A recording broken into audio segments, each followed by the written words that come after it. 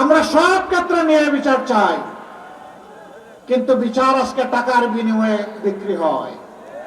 গ্রাম আদালত থেকে শুরু করে উচ্চ আদালত, না হলে উচ্চ আদালতে ভয়াবহ ঋণ খেলাপিরা কেমনে জাতীয় সংসদ সদস্য হিসাবে দাঁড়াবার স্বপ্ন দেখে?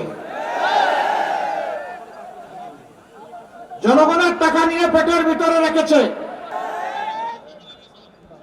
আলহামদুলিল্লাহ, সেই আওয়াজ, সেই স্লোগান দিয়ে তারা বাংলাদেশ থেকে আমাদের উপর লাশ আর রক্ত উপহার দিয়ে বিদায় নিয়েছে। এখন আমরা কি করব? আমরা 6 তারিখ থেকে চাঁদা শুরু করব।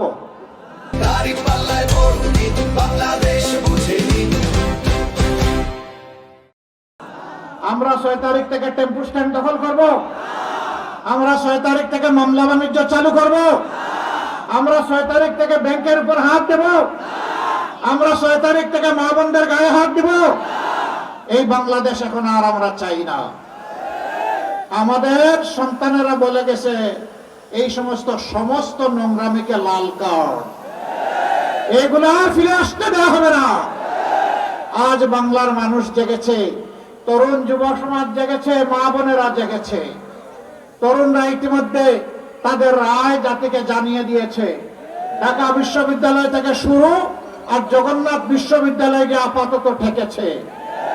5টি পাবলিক বিশ্ববিদ্যালয়ে রায় দিয়ে এদেশের তরুণ ছাত্র সমাজ বলে দিয়েছে, লড়াই করেছি ন্যায় এবং সত্যের পক্ষে, কোন চাঁদাবাজ এবং দুর্নীতিবাজের সঙ্গী হওয়ার জন্য নয়।